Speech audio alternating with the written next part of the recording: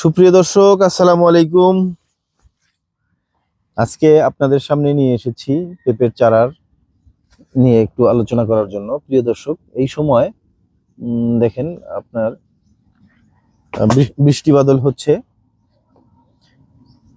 সারা দেশেই মোটামুটি যারা পেঁপে চাষি,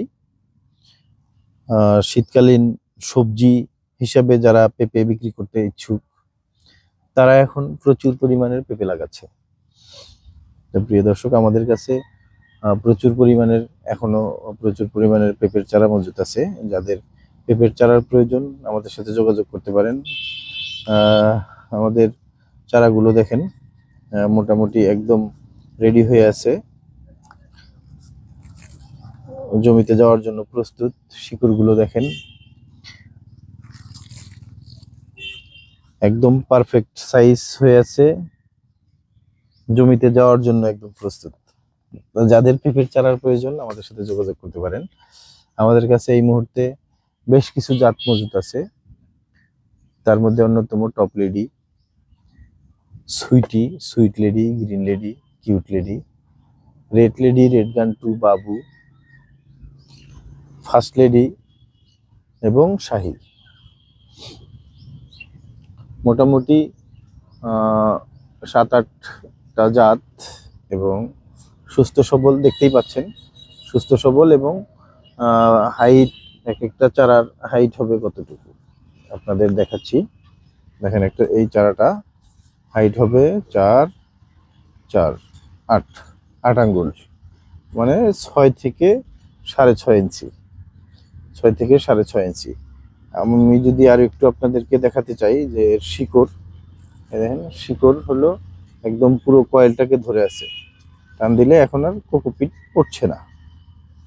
প্রিয় দর্শক, আমাদের চারাগুলোর বৈশিষ্ট্য হলো কোকোপিটে উৎপাদিত হওয়ার কারণে এর রোগবালাই তো অনেকটা কম। কারণ হলো মাটিবাহিত যে রোগগুলো আছে, এই রোগগুলো থেকে মোটামুটি এটা হলো মুক্ত থাকে।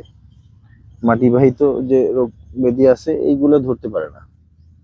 এবং কোকোপিটের আরেকটা গুণ হলো শিকড় পচন রোধ করে। কোকোপিটটা এর পরিমাণের অধিক পানি কখনোই ধরে রাখে না। প্রিয় দর্শক, আপনারা জানেন যারা কোকোপিটে চাষাবাদ, মানে কোকোপিটের চারা উৎপাদন করেন বা কোকোপিটের চারা যারা এ পর্যন্ত ক্রয় করেছেন, এরা জানেন যে আপনারা যখন চারাটা পান, গোড়াটা একদম শিকড় দিয়ে মোড়ানো থাকে, কোকোপিটটা ধরে থাকে শিকড়ে। আমরা যখন এটা কাপ সহই আমরা সাধারণত ডেলিভারি করে থাকি। যারা হলো আপনারা চারা নিয়ে মানে জমিতে যারা রোপণ করেন, তারা যখন কোকোপিটটা ছাড়াতে যান, গাছের শিকড়গুলো একটাও ছেড়ে না, অক্ষত থাকে। গাছের শিকড় যদি নষ্ট না হয়, গাছ কিন্তু একদম দ্রুত মাটিতে লেগে যায়। আর কোকোপিটের চারার বৈশিষ্ট্য হলো এরকম যে চারাটা যখন আপনি মাটিতে রোপণ করবেন, এই গাছটা হলো টলে পড়বে না, ঢলে পড়বে না। এটা হলো মাটিতে দেওয়ার সাথেই সে দ্রুত শিকড়টাকে মাটির ভিতরে চলে যাবে এবং গাছ খুব দ্রুতই বাড়বে। মাটির যে চারাগুলো থাকে, অনেক সময় দেখা যায় যে মাটির থেকে উঠিয়ে আবার মাটিতে রোপণ করলে খুব একটা মানে পার্থক্যটা বোঝা যায় না। অনেক সময় দেখা যায় যে অনেক চারা ঝিমিয়ে পড়ে, অনেক গাছ ঝিমিয়ে পড়ে। তো ঝিমিয়ে পড়লে ওটা যদিও ঠিক হয়, দেখা যায় যে কোকোপিটের চারার থেকে মাটির চারাটা প্রায় পিছে পড়ে যায় 10 থেকে 15 দিন। আপনারা যারা কোকোপিটের চারা রোপণ করবেন, তারা নির্দ্বিধায় চিন্তা করতে পারেন যে মাটির চারার থেকে মিনিমাম 10 দিন বা 15 দিন আগে আপনি এটার থেকে ফসল হারভেস্ট করতে পারবেন। এটা হলো একটা গুণ।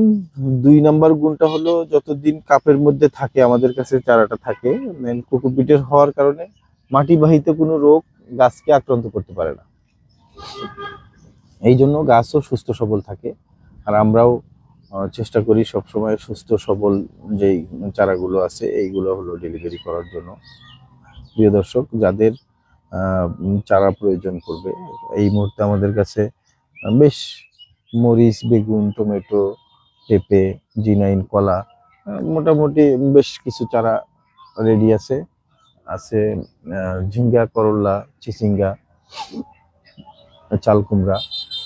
যাদের সবজির চারা প্রয়োজন হবে আমাদের সাথে যোগাযোগ করতে পারেন, এবং চারা রোপণের জন্য পরামর্শ যাদের প্রয়োজন তারা আমাদের সাথে যোগাযোগ করতে পারেন। সুপ্রিয় দর্শক, আমরা আপনাদের সেবায় সবসময় নিয়োজিত। যে কোনো পরামর্শের জন্য ফোন করুন, দ্বিধা সংকোচ রাখবেন না।